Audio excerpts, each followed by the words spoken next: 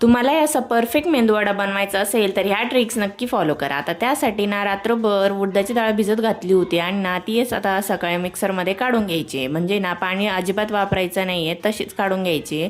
आणि नंतर त्याच्यात कांदा, कोथिंबीर, मिरची हवं ते तुम्ही ॲड करू शकता। मी मिरची स्किप केली, फक्त कांदा कोथिंबीर टाकली आणि मीठ टाकलं। असं फेटून घ्यायचं आहे 2 ते 3 मिनटं आणि ना पाण्यावर असं बॅटर तरंगलं म्हणजे आपलं बॅटर वडे तळण्यासाठी रेडी आहे। आता चाळणी घ्यायची कोणती पण, एक तर स्टीलचे नाही तर कोणतीही, मी यासाठीच केलेली आहे वड्यांसाठी।